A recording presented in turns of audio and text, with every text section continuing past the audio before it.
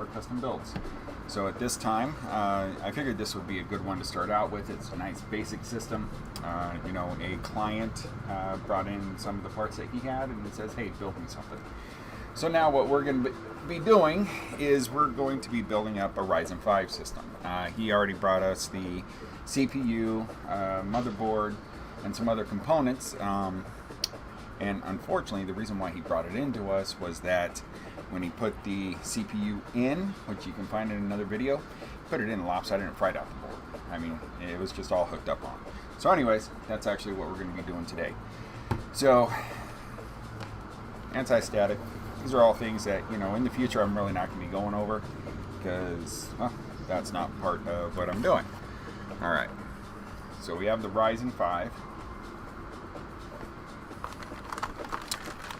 And he actually brought us in, because his original motherboard, accidentally, he fried it out. So now he's brought us the X470 MSI motherboard. Now, at home, if you want to, you know, you can throw it on top of a box, whatever. Us, we use that anti-static mat. So, as you can see here, this is built for a different type of cooler than what we have. We actually have the OEM cooler that came with it. For right now, what we're going to do, just to confirm everything post, because we actually have a liquid cooling system we're going to be doing on the board, I am just going to use this heatsink just to post it up. That's all I'm doing. So now, yes, the Ryzen. What did I do with the Ryzen? There, Joe. Alright, anyways. When you put in a CPU, just know that there's a little arrow, and then there's another little arrow here. Now on the Intel boards, it's actually easier because they're keyed. You know, they do have an arrow and everything, but it's actually keyed out. Push the arm down, make sure it's in place. Great! Now, on the bottom of this, if you can see, it actually comes with its own thermal paste. Sometimes people get a little eccentric and want to make sure that, you know, they're not messing anything up, so they add some more. Problem is with that is that once you start, sorry, I had to check my front door. The problem is with that is once you start applying extra, it can actually damage the system. So we're going to sit it down. Okay, we got a good fit. Make sure you always plug the CPU fan into the CPU fan on the motherboard. We do have 16 or 32 gigabytes of RAM that we're going to be using that he brought us in. When you install them, make sure you install them. When you install them, just offset them. You know, there's whole technical details out there, and it is keyed properly. Basically what it is when you have a dual inline RAM, just want it all lined up. Now, you notice when you put in the RAM, if it's sticking or it doesn't seem to be going in, check and make sure that your key is right. Looks like, actually, no, that was right. For whatever reason, there we go. And there we go. And I don't get very technical on my builds because honestly, if I'm sitting here and I'm just sharing this with you guys, there's no reason to do that. I think that's kind of pointless, you know. And if you know all the terminology that I would be referring to, you wouldn't be watching this anyways, because you could just build your own damn computer. That's right, I said damn. All right. So now we have the RAM in, we have the CPU in. The fan is off at this time. Like I said, we're just doing a quick post to make sure everything posts up. Power supply. Alright, so for the test power supply, we have an EVGA 600. Grab it out.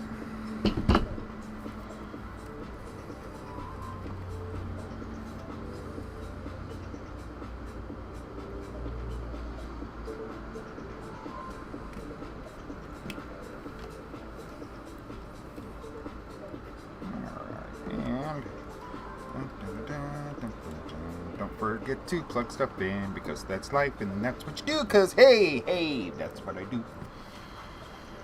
All right, power's in, power's on. Let's grab ourselves a network cable or TVI. Put that on there. Now, basically, what we're doing right now is we're just doing a post with the system. We're going to make sure that, hey, it actually fires off. It does what it's supposed to do.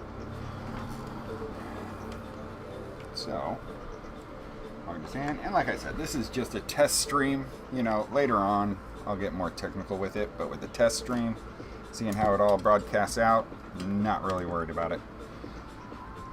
Because I know that today I'm probably not going to have one viewer. So, that's all right.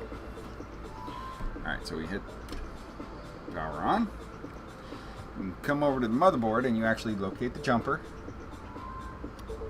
to give you power. And it doesn't want to give me power. Yeah, that's what I did. J23, right there. All right, I'm hitting it. I'm hitting it.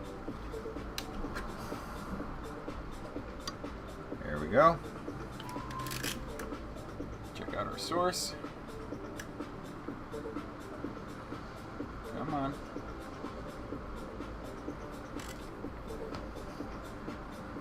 Source is on, and I got nothing. Darn it. Okay, so what are we missing? Well, that kind of sucks, doesn't it? Is that yours? No, it is not yours. Actually, this is another client that brought me in a couple of pieces and said, hey, I want you to build me up something. No, this is not yours. Although, if you want to take a look, though, let me see. Since you're here, we have your cooler in. Your case is right down there. Let's see. Your Ryzen. Your RTX 2060. Your water cooler. Only thing actually for your build that I'm waiting on is the motherboard. It's the only thing that hasn't shown up yet. So anyways, no, this is just another build, and it's more of a test stream. We're trying to get everything set up in here. No, yours will be the first official build that we do on here. But unfortunately, this is not posting. So, we got to figure out what's going on there.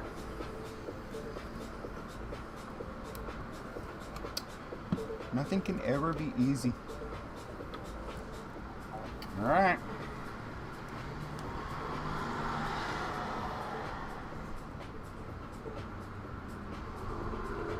So we got the RAM in. Power supply is good. Another power supply is good. On the motherboard, the CPU is good because I checked the CPU on another board. So, yeah. See, this is actually what he brought me was, like I said, he brought me in a motherboard. He had already fried it. He fried it with the components on it. So I'm kind of stuck in limbo just trying to make it work for the guy.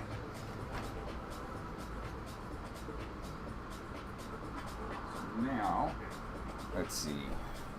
Oh, and I have a client coming in, so now we're going on pause. I'll be right back. Hello, be right with you.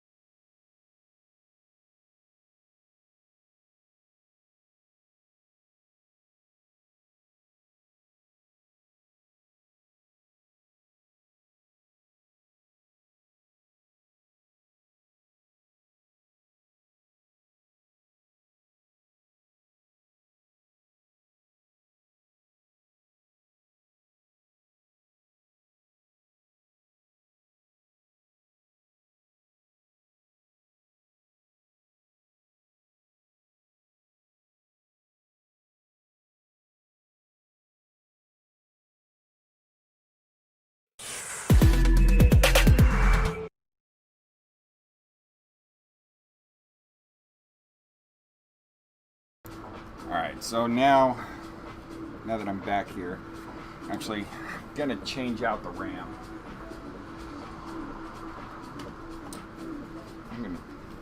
Just because I'm not feeling good about the RAM right now.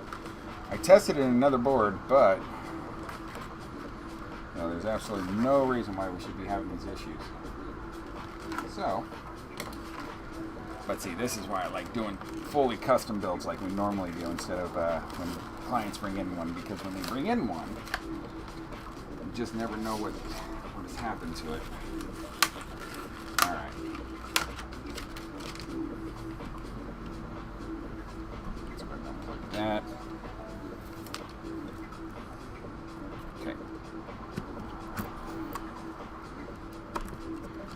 Alright, customer's RAM over there, my RAM here. We're just going to stick in one.